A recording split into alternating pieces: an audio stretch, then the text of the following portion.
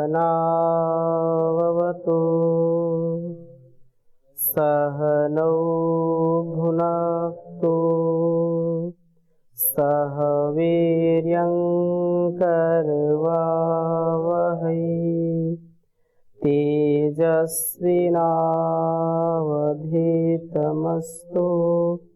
मा विद्विषावहै। ओम शांति शांति शांति। उपनिषद सार की इस कक्षा में आप सभी श्रोताओं का, दर्शकों का हृदय की गहराइयों से बहुत बहुत प्रणाम है। निरंतरता के साथ हम उपनिषद का स्वाध्याय कर रहे हैं और स्वाध्याय के क्रम में प्रश्नोपनिषद के बाद मुंडकोपनिषद का स्वाध्याय आरंभ कर रहे हैं। और संक्षिप्त में मुंडकोपनिषद यह 3 मुंडक, इस मुंडक में जो है 2-2 खंड हैं प्रत्येक मुंडक में, जिन्हें विस्तार पूर्वक परा और अपरा विद्या के रूप में यहाँ प्रस्तुत किया गया है। परा विद्या क्या है और अपरा विद्या क्या है, इस विषय को बहुत ही विस्तार से प्रस्तुत किया है। ईश्वर की प्राप्ति किन उपायों से हो सकती है, इस विषय में भी बहुत स्पष्ट निर्देश, बहुत स्पष्ट वर्णन किया है। तथा ईश्वर का स्वरूप क्या है, जब हम किसी के स्वरूप को ठीक ठीक समझेंगे तभी उसको हम ये जानेंगे, पहचानेंगे और फिर मानेंगे। किसी के स्वरूप को जब हम जानते नहीं, समझते नहीं है, तो फिर हम उसको आत्मसात नहीं कर पाते हैं। विडंबना इस बात की है कि जिसने सारा ये जहान बनाया, जिसने इंसान बनाया, उस भगवान के स्वरूप के विषय में ही सबसे ज्यादा गफलत है, सबसे ज्यादा संशय लोग करते हैं। जिसमें कोई संशय नहीं होना चाहिए उसी में सबसे ज्यादा संशय करते हैं। लेकिन जो बहुत ही सरलता से हम पिछली भी जो है उपनिषदों में हमने पढ़ा था कि ईश्वर का स्वरूप क्या है, आज जो चाहूं और यह एक नकारात्मकता कह लें या एक अल्पज्यता कह लें, अविवेक कह लें, कि ईश्वर के सच्चे स्वरूप को बहुत कम लोग ही जानते हैं, समझते हैं। और जिस दिन ये लोग जान जाएं ईश्वर का स्वरूप वास्तव में है क्या, तो वो जो विवाद है, जो लोग खंडन मंडन के चक्र में पड़े रहते हैं, उससे निकल आए। अस्तु, तो उपनिषद के प्रथम और द्वितीय श्लोक में प्रार्थना के रूप में ब्रह्म विद्या का प्रचार किस क्रम में हुआ, इसका वर्णन करते हैं। और कहा कि ब्रह्मा देवानां प्रथमा संबभूवा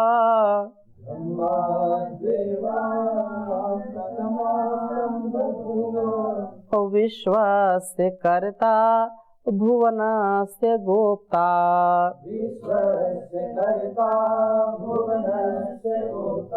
सा ब्रह्म विद्यां सर्वविद्यां प्रतिष्ठाम्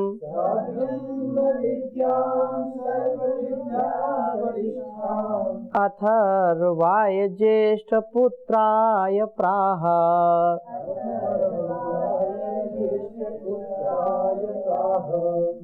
बहुत सुंदर बात कही कि वह ब्रह्म देवा नाम प्रथमा संबभूवा, उसका वर्णन कर रहे हैं कि ओम, इस परमेश्वर के नाम का जो स्मरण करके उपनिषद का आरंभ किया है। ब्रह्म का मुख्य नाम क्या है? ओम। तो उसके नाम का ब्रह्मदेवा नाम प्रथमः संबभूवा। उसके नाम का आरंभ करके यहाँ पर सूचित किया गया कि मनुष्य को प्रत्येक कार्य के आरंभ में ईश्वर का स्मरण करके उसके नाम का उच्चारण अवश्य करना चाहिए। हम देखते हैं लोक में जितने भी कार्य होते हैं, कम से कम जो सनातन परंपरा को, इस वैदिक परंपरा को मानते हैं, वो ओंकार का नाम लेकर के, ईश्वर का नाम लेकर के, नाम तो संज्ञा है, लेकिन उस सत्ता को, उस शक्ति को, उस सामर्थ्यशाली परमात्मा को स्मरण करना होता है। राम कह लेते हैं, कोई कृष्ण कह लेते हैं, जिसकी जैसी श्रद्धा है। तो कोई कार्य आरंभ करते हैं तो उसका नाम लेते हैं। तो देवा नाम, विद्वानों में जो है ऋग्वेद, चारों वेदों का जो जाता ब्रह्म नाम का ऋषि सर्वप्रथम हुआ, ठीक है ना। ब्रह्म देवानाम प्रथमा संभव हुआ, वो सबसे पहले हुआ। अर्थात चारों वेदों को क्रमशः अग्नि, वायु, आदित्य और अंगिरा ऋषियों से विधिवत अध्ययन किया। जो चार ऋषि हुए, अग्नि, वायु, आदित्य और अंगिरा, इनको क्रमशः ऋग्वेद, यजुर्वेद, सामवेद और अथर्ववेद इसका ज्ञान हुआ था। उन्होंने चारों ने ब्रह्म को वह ज्ञान दिया। जो चार, जैसे चित्र देखते हैं ब्रह्मा जी का, तो चार मुख होते हैं, चार सिर वाले होते हैं। तो चार सिर का मतलब यही है कि वो चार वेद के जो है प्रतीक हैं, उस ज्ञान के प्रतीक हैं जो ऋषियों ने उनको दिया था। ऐसा कोई संसार में नहीं कि चार मुख वाला चार खोपड़ी उसके हों, हैं। चार मुख का मतलब है कि चार, जैसे ऋग्वेद, यजुर्वेद, सामवेद, अथर्ववेदों का ज्ञान जिसकी खोपड़ी में है, तो चार खोपड़ी वाला व्यक्ति है ना। तो ऐसे जैसे दशानन बोलते हैं, 10 आनन रावण को, तो इतना उसके अंदर ज्ञान था, इतना विवेक था, 10 व्यक्तियों के समान उसका ज्ञान था।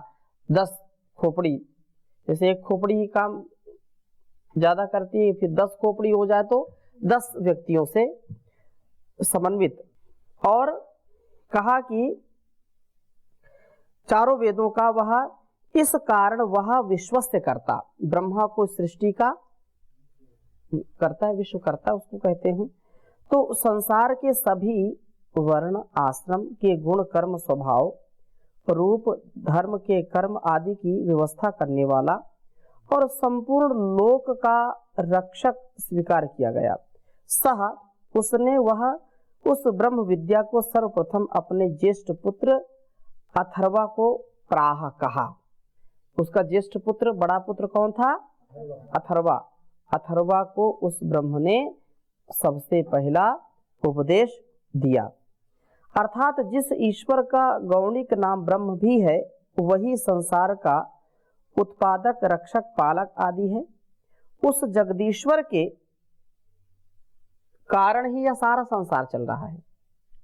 उस जगदीश्वर ने ही सारा संसार संभाला है। जगद ईश्वर, संपूर्ण जगती का जो ईश्वर है, और मानव मात्र के कल्याण के लिए सब विद्याओं को दिया है। वेद में सारी विद्याएं हैं।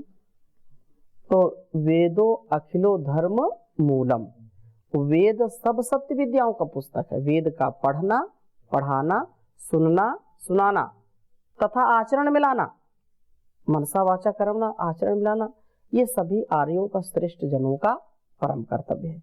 तो इस प्रकार से सब सर्व विद्या में वेद विद्या का अग्नि आदि चार ऋषियों के द्वारा हृदय में जो ज्ञान दिया, उन्हीं से ब्रह्मा नाम के ऋषि ने पढ़ा और उसने अपने होनहार सबसे बड़े पुत्र अथर्वा, अथर्वा मतलब जिसकी जो बुद्धि अस्थिर नहीं होती, सदा स्थिर रहती है, दृढ़ रहती है, उसको क्या कहते हैं? अथर्व।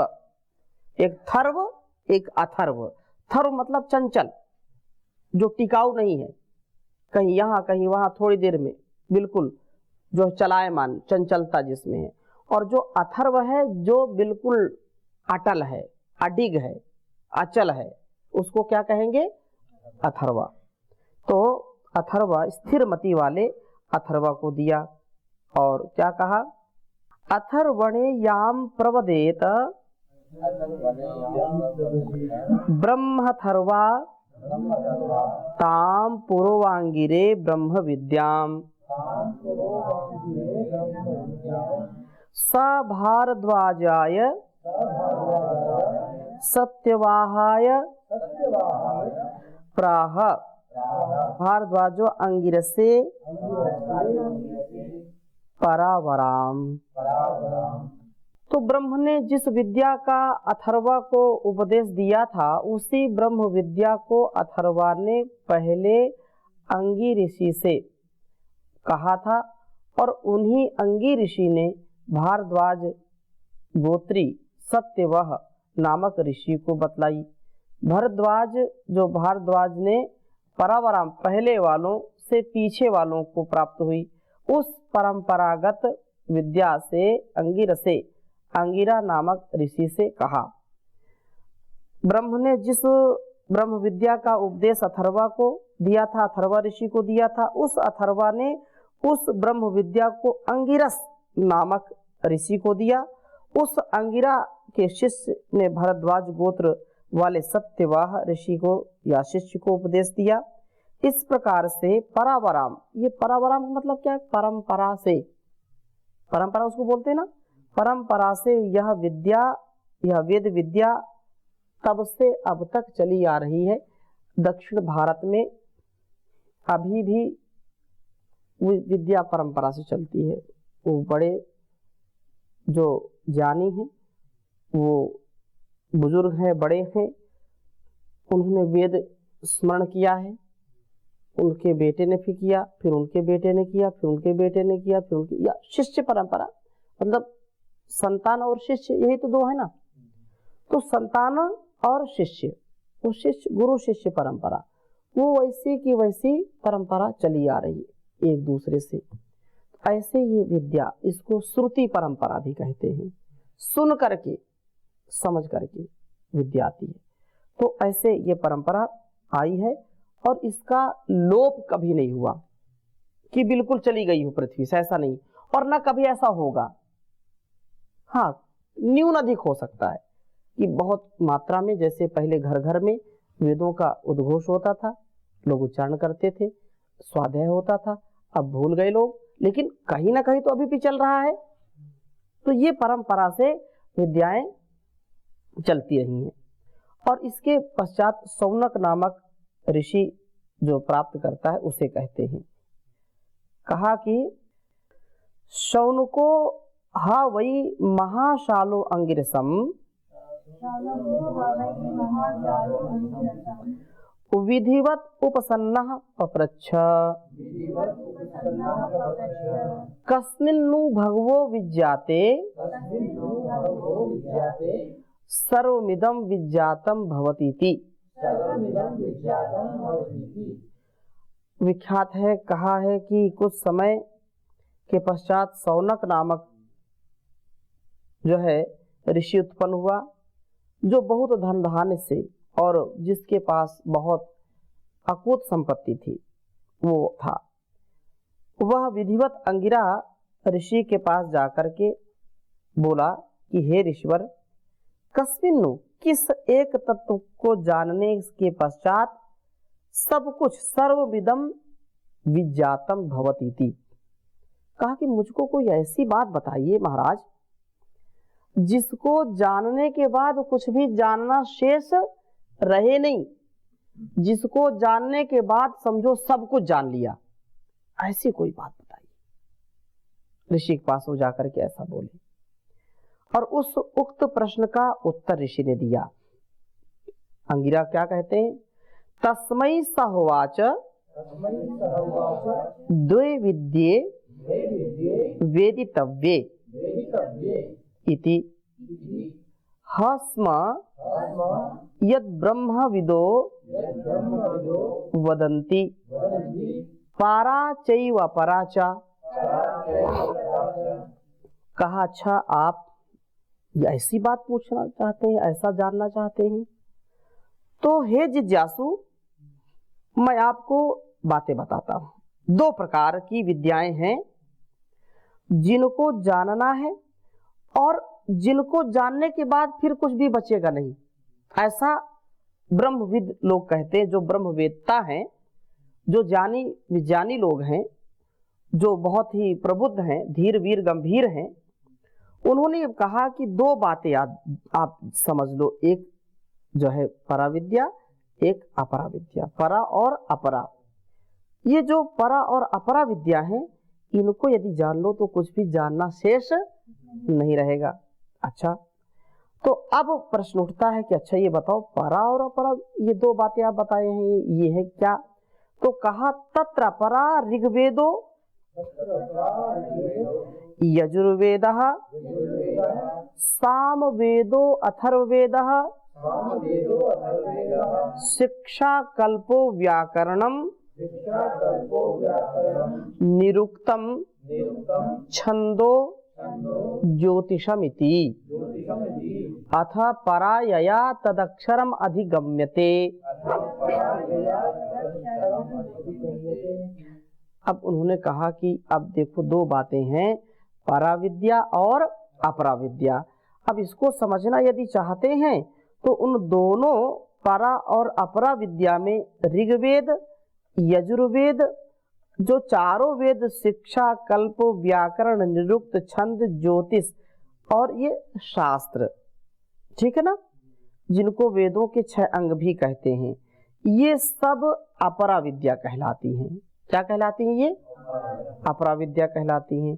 और जो परा विद्या है वह है जिससे उस अविनाशी, अखंड, अजर, अमर और सच्चिदानंद स्वरूप ब्रह्म का बोध और प्राप्ति होती है। उस ब्रह्म की प्राप्ति अर्थात उस ब्रह्म के जानने के पश्चात किसी अन्य वस्तु की जानने की इच्छा नहीं रहती, क्योंकि वह ब्रह्म सबसे महान है, सूक्ष्म है, आनंद घन है, जानदाता है।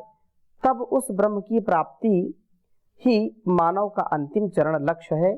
इसीलिए यह कहा कि ब्रह्म को जानने के पश्चात सब कुछ जान लिया जाता है, सब कुछ प्राप्त हो जाता है, अन्य और कुछ जानने के लिए शेष नहीं रह जाता है। ठीक है, तो ये बात बिल्कुल उत्तम है कि जो ये 4 वेद हैं उनके अंग हैं, उपांग हैं। कल्प आज तो समझते हैं, निरुक्त छंद समझते हैं। तो वो जो विद्याएं सारी हैं, ये विद्या कौन सी विद्या है? ये अपरा विद्या। अपरा विद्या जो इस ज्ञान को हमको समझाती है। और भी इसको समझ सकते हैं कि जो ऋषियों ने अनुभव किया जो ज्ञान, और उसको हमारे लिए जो कहा है, ज्ञान जो दिया है, उसी में सारा आ जाएगा। ठीक है, और आगे कहा अब पराविद्या को ठीक ठीक जानने के लिए उस ब्रह्म के स्वरूप का वर्णन करते हैं। पराविद्या को समझना है तो बहुत सुंदर बात कही है, कहा कि यत् तद् अदृश्यम अग्रह्यम अगोत्रम अवर्णम अचक्षुः श्रोत्रम तदपाणिपादम नित्यम विभुम सर्वगतम सुसूक्ष्मम तदव्ययम यद्भूत योनिम परिपश्यन्ति धीराः। कह रहे हैं कि देखो हे शौनक, जो वह ब्रह्म इन भौतिक चक्षुओं से न अदृश्यम, जानने में न आने वाला है। अदृश्यम, जो इन भौतिक चक्षुओं से देखा नहीं जा सकता है। हाथों से ग्रहण न ग्रह्यम, न दृश्यम न ग्रह्यम, उसको हाथ से पकड़ा नहीं जा सकता। अगोत्रम, उसका कोई गोत्र नहीं, उसका कोई वंश नहीं है। अवर्णम, न वह गोरा है न काला है, ठीक है। अवर्णम, उसका कोई वर्ण नहीं। आपने पहले सपर्यागात शुक्रम अकायम अवर्णम अश्नाविरम शुद्धम अपाप विद्धम कबीर मनीषी परिभू स्वयंभू याथा तथ्यतो अर्थान विदधा शाश्वतेभ्य समाप्य। तो ऋषि कह रहे हैं, समझा रहे हैं कि अवर्णम वो नीला पीला काला हरा गुलाबी नहीं है, और क्योंकि वह भौतिक चक्षु और श्रोत्र आदि शरीर आदि हाथ से पैर से युक्त नहीं है, ठीक है। जिसको इन भौतिक ज्ञानेंद्रियां या कर्मेंद्रियों से जाना जा सके वह इनसे जाना। अच्छा, क्यों नहीं जाना जा सकता? क्योंकि परमात्मा अभौतिक है, हमारी इंद्रियां क्या है? भौतिक है। ये 5 ज्ञानेंद्रियां 5 कर्मेंद्रियां ये क्या है? सब भौतिक हैं। इन भौतिक से भौतिक का अनुभव किया जाता है। आंखें क्या भौतिक है ना, तो आंखों से इस भौतिक संसार को देख सकते हैं, अभौतिक को नहीं देख सकते। यद्यपि भौतिक में भी बहुत सारी ऐसी चीजें जिनको आंखों से देखा नहीं जा सकता है, उसको फिर समझेंगे कैसे, जानेंगे कैसे परमात्मा को? कान से सुन नहीं सकते, क्योंकि जो आवाज आएगी वो भौतिक आवाज आएगी। त्वचा से स्पर्श होगा, स्पर्श किसका होगा? जो भौतिक है। परमात्मा को तो स्पर्श भी नहीं कर सकते आप, उसको चख नहीं सकते रसना से कि वो खट्टा है, मीठा है, वो नमकीन है, कड़वा है, तीखा है, कुछ भी उसको चख नहीं सकते, क्योंकि चखेंगे किसको? भौतिक चीज है, ठीक है, भौतिक चीज को हम चखेंगे। इसलिए ये बात कही है कि उसको ऐसे कर नहीं सकते। फिर बोले कि नित्य से नित्य का, क्योंकि ये सब अनित्य है, ये सब क्या है? अनित्य है, ये भौतिक है। अनित्य से अनित्य का अनुभव कर सकते हैं, भौतिक से भौतिक का अनुभव कर सकते हैं, लेकिन परमात्मा तो अनित्य है, परमात्मा अभौतिक है। तो हमारे शरीर में क्या अभौतिक है, क्या नित्य है? आत्मा है। आत्मा से उसका अनुभव किया जा सकता है। आत्मा भौतिक नहीं है, जड़ नहीं है। इसलिए कहा कि नित्यम सदा एक रस रहने वाला विभुम सर्वव्यापक, वह सबसे महान अति सूक्ष्म अव्ययम अविनाशी अजर अमर संपूर्ण ब्रह्मांड का जो योनि है, सबका उत्पादक है, आधार है। इस प्रकार से वह ब्रह्म अत्यंत महनीय है। इस प्रकार के ब्रह्म को धीराहा, जो धीर वीर गंभीर है, गंभीर जानी ब्रह्मवेत्ता योग समाधि के द्वारा परिपश्यन्ति तदा दृष्टुः स्वरूप अवस्थानम। तो उसको उसके स्वरूप को पाने के लिए, समझने के लिए अपने स्वरूप में अवस्थित होना पड़ता है, ठहरना पड़ता है। तो इस अद्भुत सृष्टि रचना को देख करके उस ईश्वर का बोध किया जाता है, क्योंकि प्रत्येक रचना, प्रत्येक कार्य का कोई ना कोई कर्ता होता है, बिना कारण के कोई कार्य होता नहीं है। अर्थात यह अत्यंत ही वैज्ञानिक सृष्टि है, इसको हमको ऐसा जानना और समझना चाहिए। तो अभी समय हो गया, फिर आगे और चर्चा करेंगे। बहुत सुंदर प्रसंग है और हम सबको इसको अवश्य ही जानना चाहिए।